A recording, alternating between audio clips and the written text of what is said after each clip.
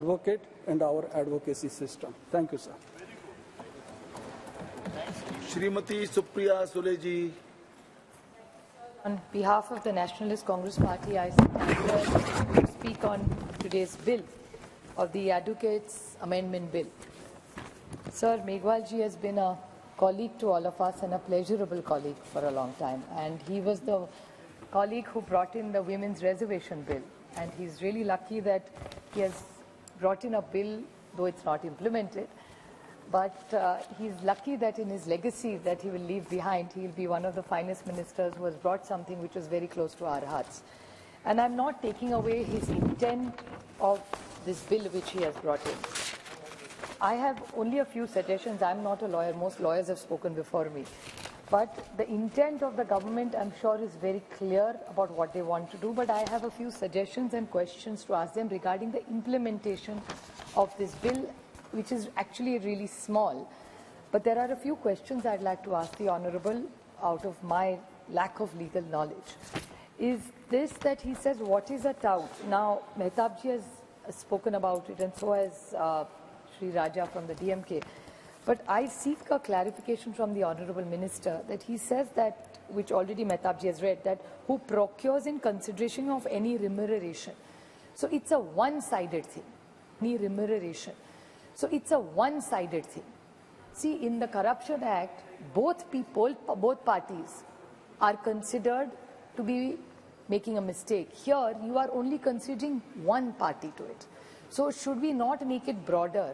And whoever engages or whoever hires, both ways, I think the practice is wrong, right? So why should only half the person be punished? So if you are really trying to remove touting completely, why not include both the parties, is my question. So if he could kindly clarify on that. The other question for me is that who are the members present at every meeting? There is no clarity of it. In 45A, they've written that the explanation is the majority of members present at the meeting. Now, who will be the members? Who will decide what will happen at the meeting? Who will decide just with such a small thing who is a tout and who will be taking the decision? There is no clarity about this.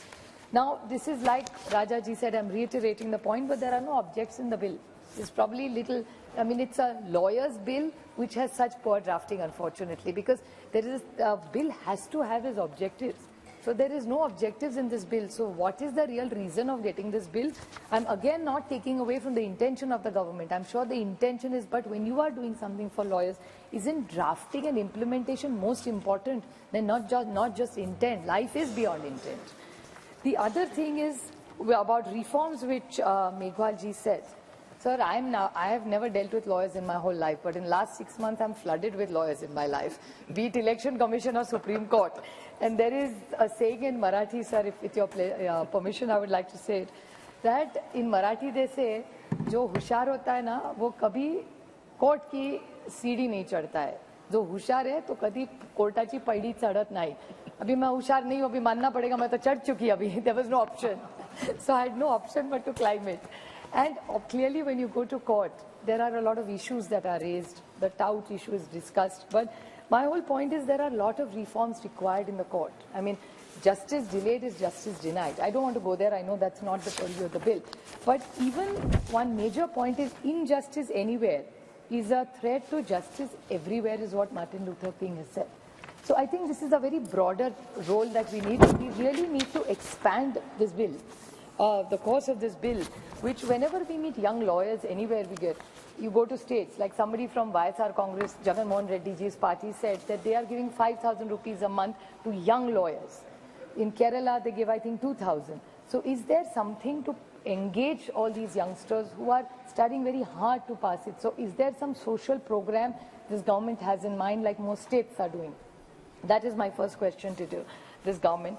To reiterate, which technology upgrade? I think with technology, so many things are happening now. So is the entire game for lawyers going to change in the next few years? So how do they skill themselves to better? I mean, this whole thing about colonialization has been discussed. So it's a past, it's okay, good or bad. I think it's not been that bad on it. So let's not just criticize our history. The way forward is change, and change is inevitable in everybody's lives. And that's what policy is also. Policies also have to change with time. Look at the life today, something like artificial intelligence, something we didn't even expect. A mobile phone we didn't expect about 10 years ago in our lives, which has actually changed our lives. So every profession is changing. So are the lawyers.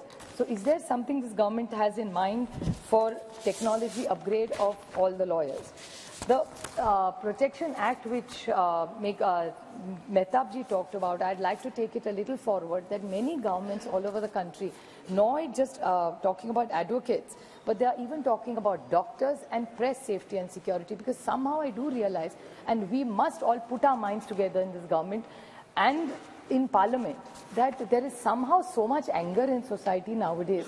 I don't know where this anger is coming from, sir. Even in Maharashtra, we are having a lot of challenge. I'm not trying to digress, but I'm just giving you a small example. Please don't misunderstand what I'm saying. There are a lot of agitations going on in Maharashtra today on reservations, sir, be it Maratha, Dangar, Lingayat, Muslim Arachans. A lot of stone pelting is suddenly happening. So there is clearly some anger breeding somewhere. You hear doctors getting beaten up. You hear threats like Mehtabji said about lawyers.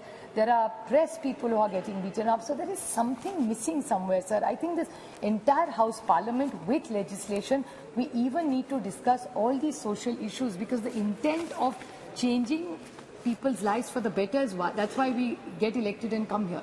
So at policy level, the intent of the government to bring in to removing of the touts is a very welcome step. Sir, the only thing when I was hearing about touting was, आपको भी याद होगा हम लोग सब थे, तभी तो मल्टीप्लेक्सेस थे नहीं, तो वो टाउट्स खड़े रह के वो टिकट सिनेमा की बिकते थे, 10 रुपया का 100 रुपये में टिकट, अभी वो आईपैड वगैरह नहीं था. That whole touting business is over, because first day, first show, life out of us is over.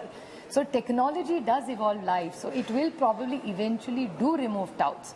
But till then, can we do something better, which is simpler, positive, and like Meghwal ji said, Raja ji said, I would like to reiterate their points that why not bring a compressive bill, bring it, we could put it into the law ministry. The law minister is very fine, he's very supportive to all the demands of women that he did for us in the women's reservation bill. So I'd request him to take this back. Let's all take all the points suggested by all the renowned lawyers in this house, bring a more comprehensive bill, take all the feedback, maybe send it to a standing committee. There are good lawyers, even in the, I think the environmental minister is also a lawyer if I stand corrected. Maybe some feedback from him also as a lawyer, and have a more comprehensive bill in the larger interest of the advocates of this country. Thank you, sir.